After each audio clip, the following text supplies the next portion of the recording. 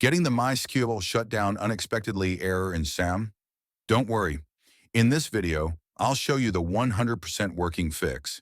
As you can see here, MySQL stopped and showing an error in red text. Click the config button next to MySQL and open my.ini file. This is your MySQL configuration file. Find port equals 3306. Change it to 3307. Make sure to do this for all places where 3306 appears. Now save the file, go back to XAMPP and click Start on MySQL. This time it should run without any shutdown errors.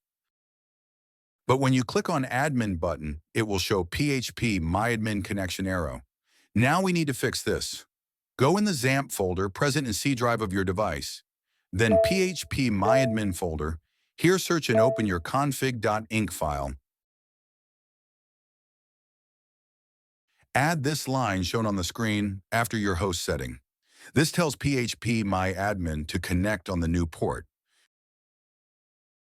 And that's it. Your MySQL is running perfectly again. No more shutdown unexpectedly error.